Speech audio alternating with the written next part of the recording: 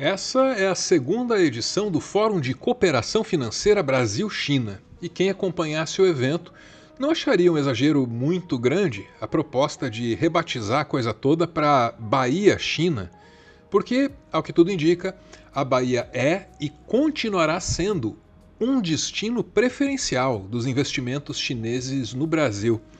Ou talvez seja melhor não, né? Porque a cooperação é tão intensa que o Fórum Bahia-China já existe. Esses investimentos envolvem grandes obras de infraestrutura, como a ponte Salvador-Itaparica, que deve ser a maior do continente quando ficar pronta. Mas vai muito além disso e pode reformular a realidade de toda a economia brasileira. Atualmente, o Nordeste já está crescendo acima da média da economia brasileira. E com os investimentos chineses, essa tendência pode não apenas se manter, mas também se acentuar nos próximos anos. Como se não fosse o suficiente, essa tendência conta até mesmo com o apoio, ainda que indireto, talvez inconsciente, dos Estados Unidos. A guerra tarifária fez a China substituir os produtos que importava dos Estados Unidos por muitos equivalentes brasileiros. Mais uma boa notícia para a Bahia, que é o quarto estado brasileiro na produção de café, e que nos últimos anos melhorou e melhorou muito a qualidade do produto, já pensando na exportação. Um exemplo recente foi o acordo que desenvolvemos com a rede chinesa Luckin Coffee para a compra de café brasileiro no valor de 2,5 bilhões de dólares entre 2025 e 2029. Adicionalmente, identificamos 400 possibilidades de novos segmentos a serem trabalhados no comércio Brasil-China, comprovando grandes oportunidades que ainda podemos desenvolver conjuntamente. Cada vez mais, os investimentos chineses no Brasil estão migrando do Sudeste para o Nordeste. E com cada novo empreendimento instalado na região, surgem novas necessidades de infraestrutura, que demandam outros investimentos futuros e criam um ciclo virtuoso para a região. O Brasil pode estar vivendo o início de um processo capaz de reposicionar o Nordeste dentro da economia brasileira. E a Bahia, dentro desse contexto, tem um lugar de destaque. A economia do Nordeste vai apresentar pelo terceiro ano consecutivo, né? Estamos falando de 23, 24 e provavelmente 25, uma performance melhor do que a economia brasileira.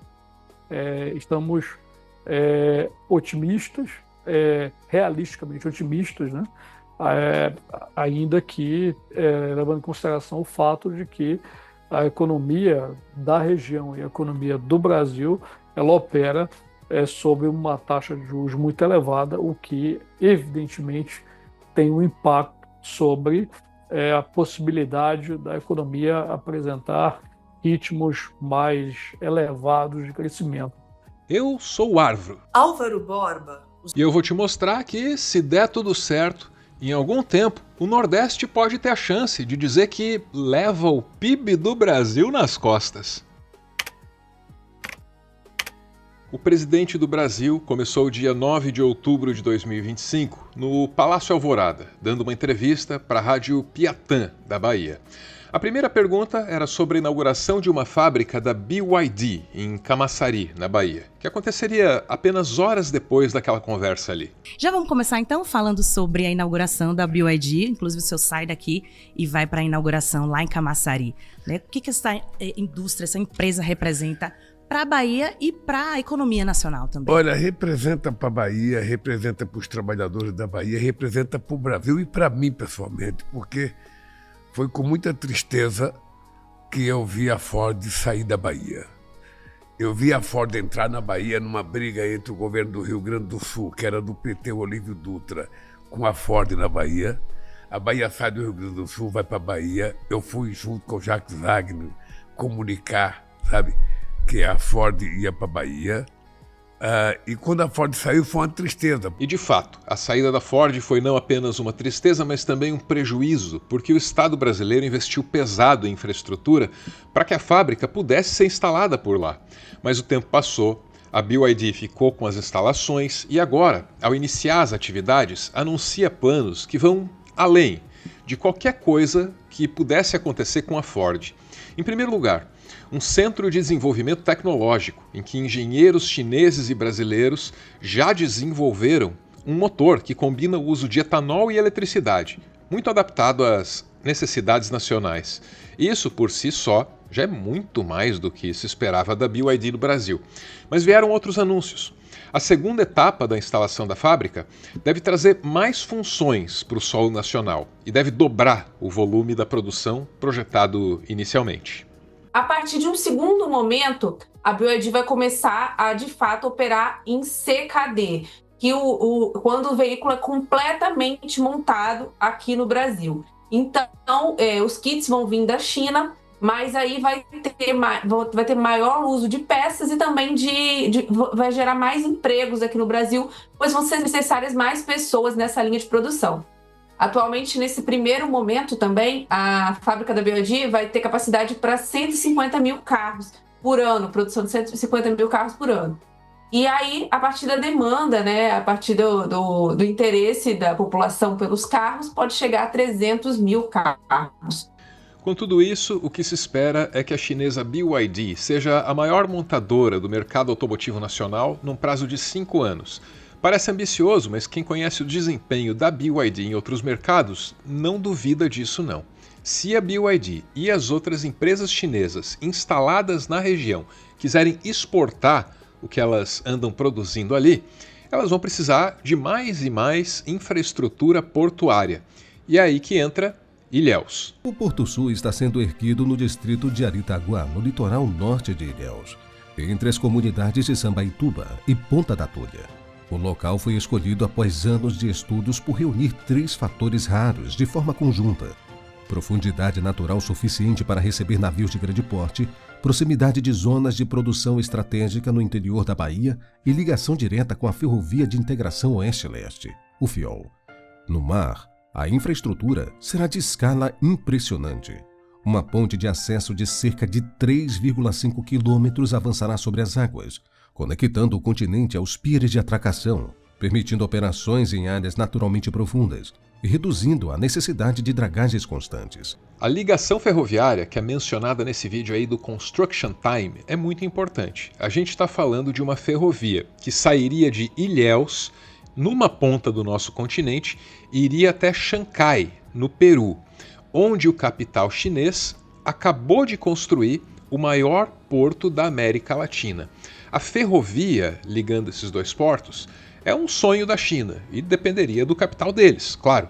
Estão muito interessados em ajudar o Brasil, né, a rasgar o Brasil de ferrovias. A gente sabe que ferrovia não existe dinheiro público suficiente. Seja no Brasil hoje, em dia, com exceção da China ou talvez Estados Unidos, não existe dinheiro público suficiente para fazer ferrovia porque é muito caro. Se der tudo certo, quando estiver conectado a essa ferrovia e, por extensão, ao Peru, o porto de Ilhéus vai ter uma importância estratégica imensa. Então faz sentido que a Bahia também assuma a liderança da indústria naval brasileira. A longo prazo, isso tem chances de acontecer. E o início desse processo pode ter sido justamente outubro de 2025. No mesmo dia da inauguração da BYD, foi anunciada a retomada das atividades do estaleiro Enseada, em Maragogipe, onde a Petrobras, junto com suas parceiras privadas, vão construir logo de cara 6 navios. Com infraestrutura avançada e tecnologia de ponta, o estaleiro Enseada do Paraguaçu, em Maragogipe, é o único de 5ª geração do Brasil. Essas embarcações representam confiança, cooperação e inovação, reunindo tecnologia de ponta e compromisso com a sustentabilidade. Contarão com sistemas de propulsão híbridos capaz de reduzir o consumo de combustível em mais de 30% e foram projetados para no futuro poder operar com biocombustíveis como o etanol. O empreendimento, que estava desativado, vai contar com cerca de 3 bilhões de reais em investimentos liberados pelo Fundo da Marinha Mercante para retomar as atividades. A retomada do estaleiro veio acompanhada da retomada da indústria nacional de fertilizantes. Nos últimos anos, o Brasil simplesmente desistiu dos fertilizantes, argumentando que estava muito mais barato importar da Rússia. Uma decisão super arriscada, porque se o agro é tudo, como o próprio agro gosta de dizer no comercial da televisão, então, sem fertilizante, não tem nada. E aí o que aconteceu? A Rússia entrou em guerra com a Ucrânia e a decisão, que já parecia arriscada, temerária logo de princípio, se revelou absolutamente equivocada. E isso está sendo corrigido agora. Com a guerra entre Rússia e Ucrânia, a importação de fertilizantes dos russos ficou restrita e cara. O Estado brasileiro continue a cada governo essa política para garantir autonomia e que nós consigamos produzir fertilizantes aqui, já que nós somos grandes produtores de alimentos.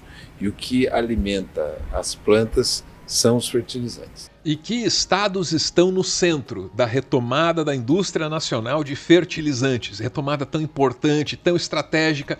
Exatamente, a Bahia. E dessa vez acompanhada do nosso pequenino, porém grandioso, Sergipe. Aqui em Maragogipe, o governo anunciou também a retomada da produção de ureia no Brasil após anos de paralisação das fábricas de fertilizantes nitrogenados. As unidades da Bahia e de Sergipe serão as primeiras a voltar a operar, marcando o retorno da produção nacional do insumo que é essencial para o agronegócio. Esses projetos, iniciados ou anunciados agora em outubro de 2025, ainda não afetam os indicadores econômicos com toda a sua força.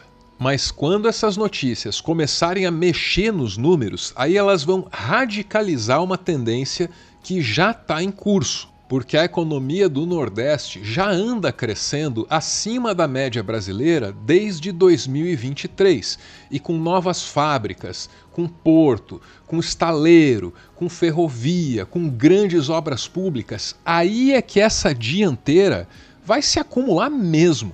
Ao longo deste período, 23, 24 e agora 25, os primeiros 4 meses de 25, né, a economia da região ela tem apresentado um comportamento muito regular de crescimento, que faz com que então, a economia acabe apresentando esta melhor performance, né? Acho que é importante observar o papel aqui do mercado de trabalho na região e o papel do rendimento para explicar esse comportamento. Um outro aspecto que também é importante de mencionar aqui é quando a gente compara o comportamento da região Nordeste com outras regiões. Na verdade, o Nordeste também vem apresentando uma performance na sua economia melhor do que outras regiões, notadamente, por exemplo, o Sudeste e o Sul. Tudo isso pode ser o início de um processo em que, impulsionado por investimentos do Estado brasileiro, também pelo capital chinês, o Nordeste se torna o protagonista de um processo de reindustrialização do Brasil. Pode ser isso ou pode ser mais uma oportunidade perdida. Depende das escolhas que o Brasil vai fazer a longo prazo. Nas considerações finais, se faz necessário dizer que é impossível deixar de reparar que esse crescimento pode vir com as suas dores. A BYD, por exemplo, subcontratou uma empreiteira chinesa que, em dado momento, foi acusada de empregar trabalho escravo. Talvez por isso, um representante do Estado chinês na inauguração tenha dito que a China exige que suas empresas respeitem as leis brasileiras. Tem isso, E vários outros problemas. Mesmo as turbinas eólicas, muitas delas com investimento chinês também, acabam representando seus problemas para a população tradicional, às vezes até para o meio ambiente também. Então é muito importante estar atento a isso e exigir que a fiscalização do Estado brasileiro se faça presente de forma a turbinar o bônus e diminuir o ônus.